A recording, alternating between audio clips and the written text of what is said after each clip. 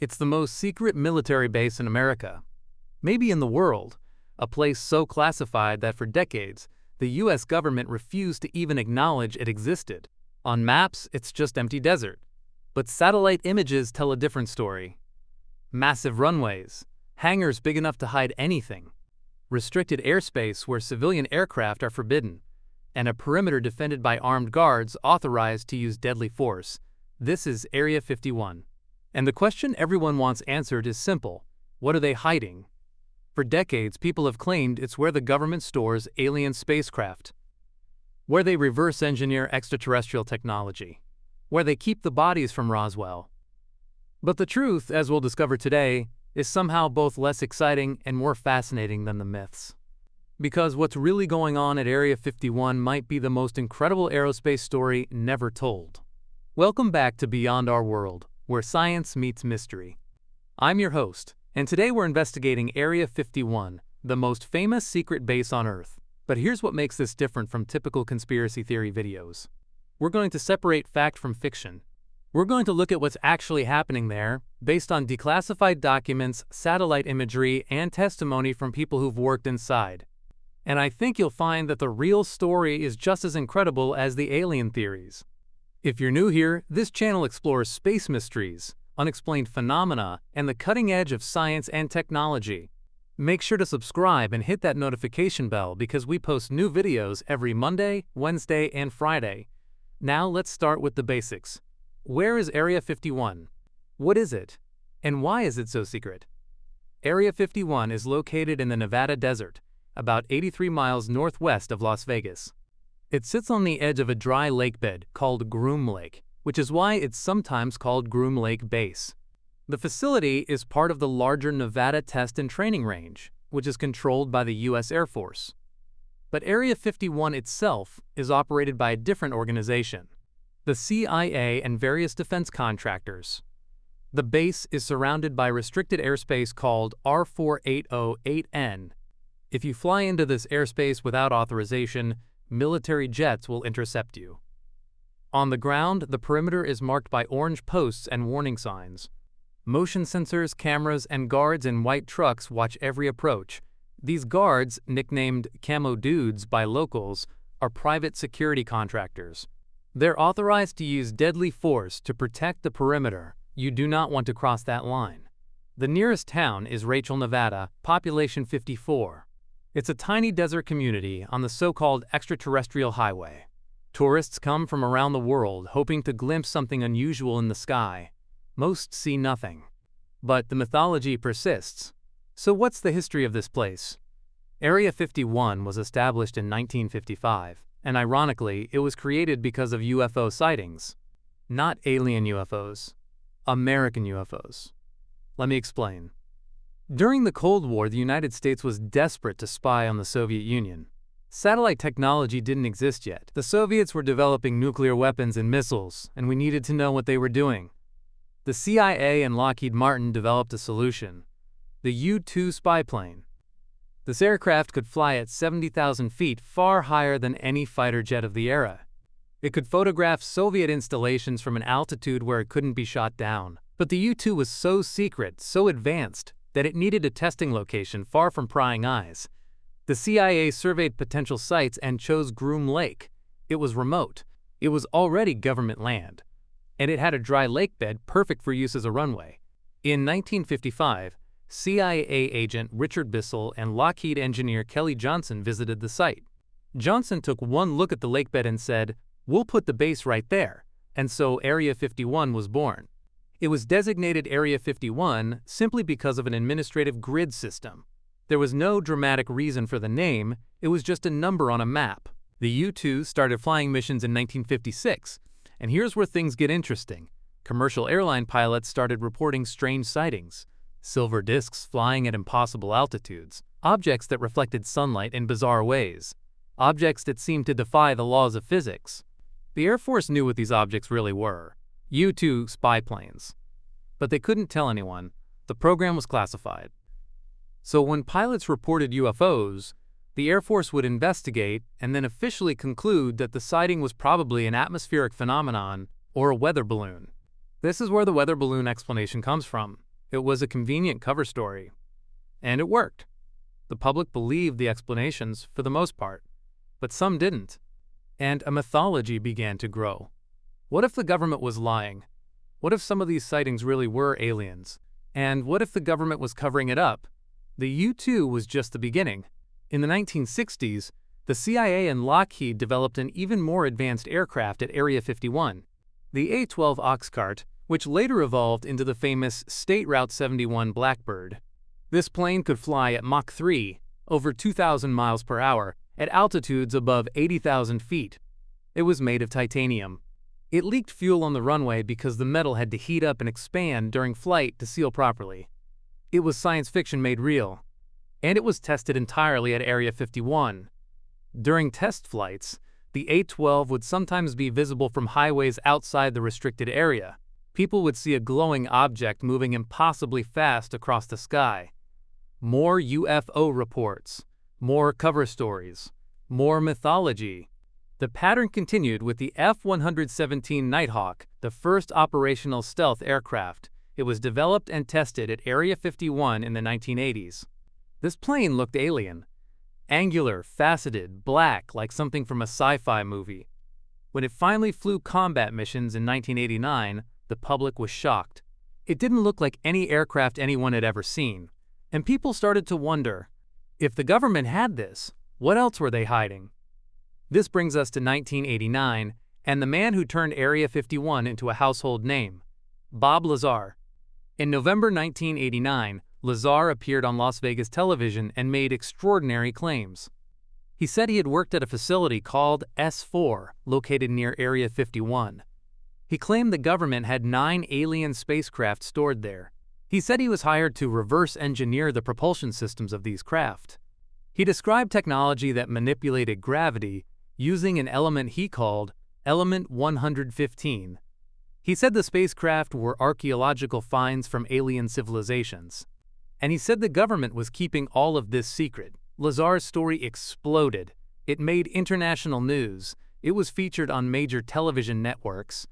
And it transformed Area 51 from an obscure military base into the center of alien conspiracy theories worldwide. But here's the problem. Almost nothing Lazar said can be verified. He claimed he had degrees from MIT and Caltech. No records exist. He claimed he worked at Los Alamos National Laboratory. There's a phone directory with his name, but no employment records. He provided no physical evidence. No photographs, no documents, no proof of any kind. Skeptical investigators found major holes in his story. But Lazar's story was compelling. He described specific details about Area 51's layout. He knew about the Janet Airlines, the unmarked 737s that fly workers from Las Vegas to the base every day. He knew about tight security and compartmentalization. And Element 115, which he said powered the alien craft? In 2003, scientists actually synthesized Element 115, now called moscovium. Of course, it doesn't have the properties Lazar described. It's highly radioactive and decays in milliseconds. It doesn't manipulate gravity. But the fact that it exists at all gave his supporters ammunition. Most scientists and investigators conclude that Lazar likely worked at Area 51 in some capacity, probably as a technician or contractor, and heard secondhand stories that he embellished. Or he fabricated the entire thing based on research in Hollywood sci-fi tropes. But the damage was done. After Lazar, Area 51 became synonymous with aliens. Movies, TV shows, video games all featured Area 51 as the place where alien technology was hidden. The mythology took on a life of its own. So let's address the alien question directly. Does the US government have alien spacecraft at Area 51? The answer, based on all available evidence, is almost certainly no. Here's why. First, the history of Area 51 is well documented. It was created for spy planes. Every major aircraft tested there has been declassified eventually, and they're all human-made. Second, reverse engineering alien technology would require thousands of scientists and engineers. Area 51 is secret, but it's not that big. You can't hide thousands of people working on something that revolutionary. Third, if the US had alien technology, we'd see evidence in our aerospace advancements. But our aircraft development follows a logical progression. Each generation builds on the previous one. there are no inexplicable leaps. Fourth, other countries have similar secret bases. Russia has Kapustin Yar. China has the Lop Nor test site. Every major military power tests classified aircraft in remote locations. It's standard practice, not evidence of aliens. And fifth, the government has historically been terrible at keeping secrets. Watergate, the Pentagon Papers, Edward Snowden, Chelsea Manning. Major secrets leak. A program involving alien spacecraft would be the biggest secret in history, involving thousands of people over decades. The probability of zero leaks is essentially impossible, but what about the UFO sightings around Area 51? Those are real. People genuinely see strange things in the skies near the base, and now we know why. Area 51 is where the most advanced, most secret aircraft in the world are tested. Stealth technology, hypersonic vehicles, exotic propulsion systems, drones with capabilities we can't imagine. When you see something in the sky near Area 51 that you can't identify, it's probably not aliens. It's probably something that won't be declassified for 20 or 30 years. It's something so advanced that even experts can't figure out what they're looking at. That's the real secret of Area 51, not aliens. The future. You're seeing technology that's decades ahead of what the public knows exists. And that's actually more exciting than aliens, in a way, because it's real. Let's talk about what we know is actually at Area 51. Based on satellite imagery, declassified documents, and testimony from former workers, here's what the base includes. Multiple runways, including one of the longest in the world at over 12,000 feet. Massive hangars capable of housing the largest aircraft. Some of these hangars have openings big enough to accommodate a 747. Testing facilities for radar cross-section analysis. This is where they test how visible aircraft are to radar. Secure housing for workers who stay on site. Fuel storage, maintenance facilities, and infrastructure for supporting classified programs we don't know about. The base employs about 500 people, though the exact number is classified. Most workers fly in daily from Las Vegas on Janet Airlines. These are unmarked white 737s with red stripes. They operate from a dedicated terminal at McCarran Airport. If you watch the terminal early in the morning, you'll see hundreds of workers boarding these planes. They wear badges with no names. They work at a place that officially doesn't exist. And they're all bound by security clearances that prohibit them from talking about what they do. So what kind of projects happen there now?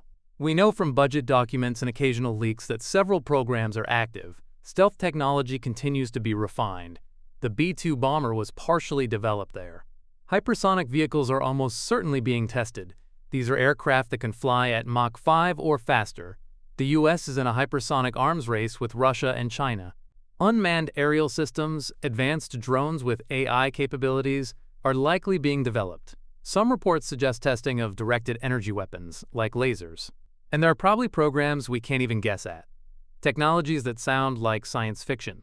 The Aurora project is one persistent rumor. Since the 1980s, people have reported seeing a triangular aircraft flying at incredible speeds, sometimes with a distinctive pulsing sound.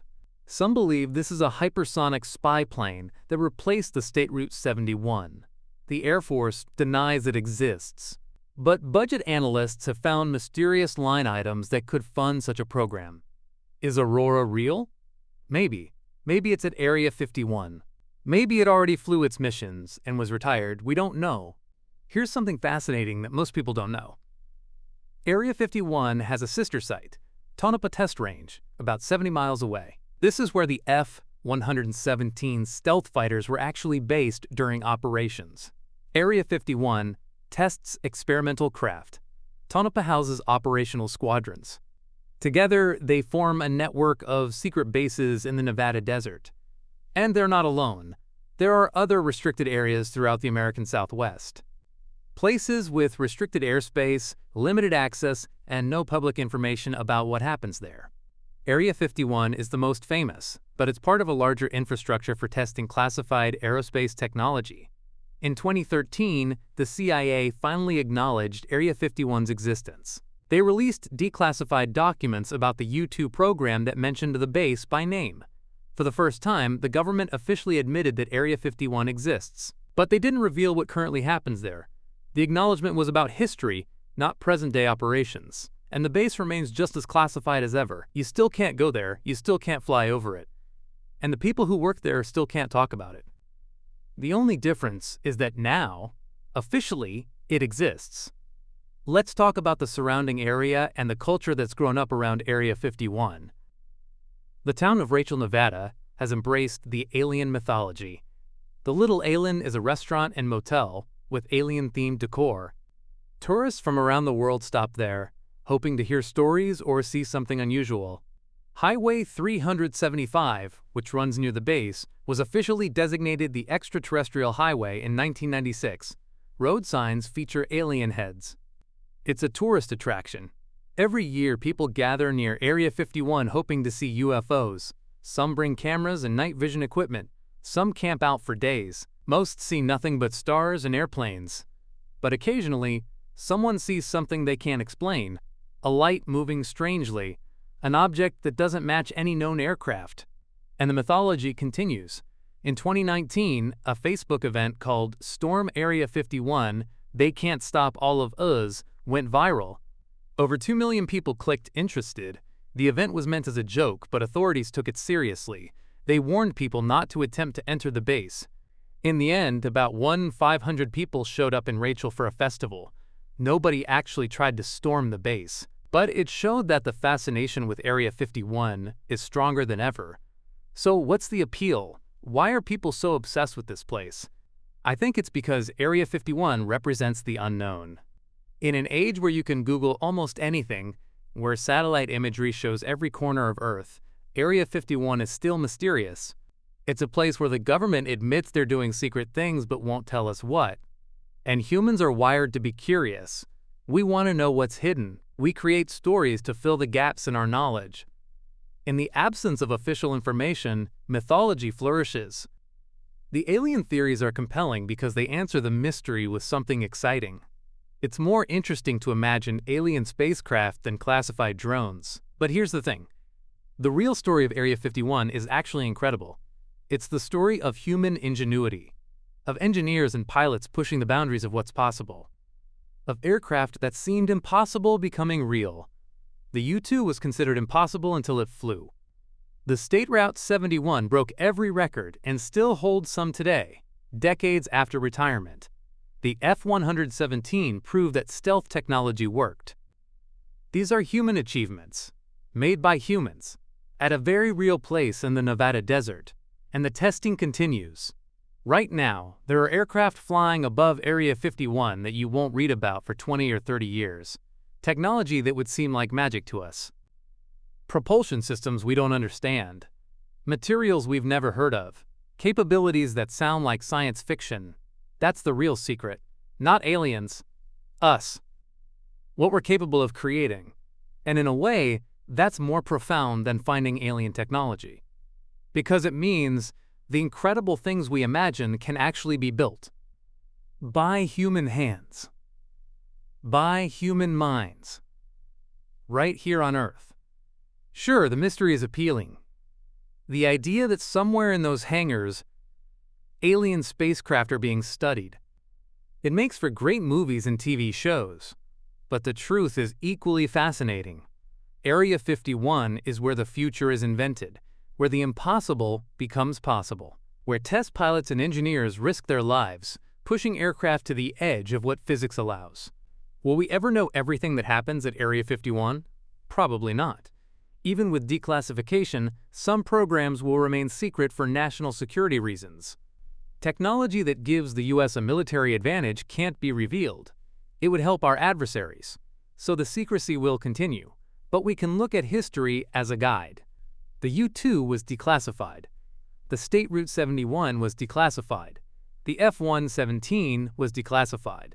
Eventually, today's secret programs will be revealed.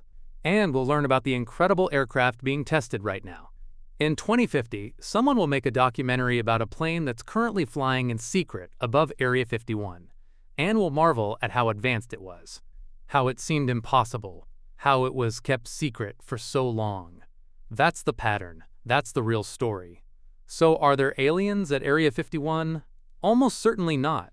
But is there incredible advanced technology there that would blow your mind? Absolutely. Are there projects happening there that push the boundaries of physics and engineering? Without question. Are there aircraft flying there that look and perform like nothing you've ever seen? Yes, and that's the real magic of Area 51. It's not about little green men. It's about what humans can achieve when given resources, secrecy, and the freedom to innovate without limits. It's about the best and brightest minds in aerospace pushing technology forward. It's about pilots brave enough to fly experimental aircraft that might kill them.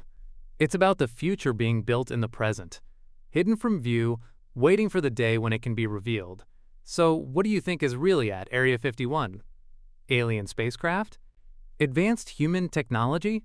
Something else entirely? Drop your theories in the comments. I love reading them, and some of you have incredibly creative ideas. If you enjoyed this deep dive into America's most secret base, hit that like button. It helps the channel grow and lets me make more videos like this. And make sure you're subscribed with notifications on because we post new space mysteries every Monday, Wednesday, and Friday. Next time, we're exploring Oumuamua, the mysterious object that flew through our solar system in 2017. It moved in ways that asteroids shouldn't move. Some scientists think it might be an alien probe. We'll examine all the evidence and let you decide. Until then, keep looking up. And maybe, just maybe, if you're near Rachel, Nevada, you'll see something you can't explain. Something that won't be explained for another 30 years. The future, flying overhead,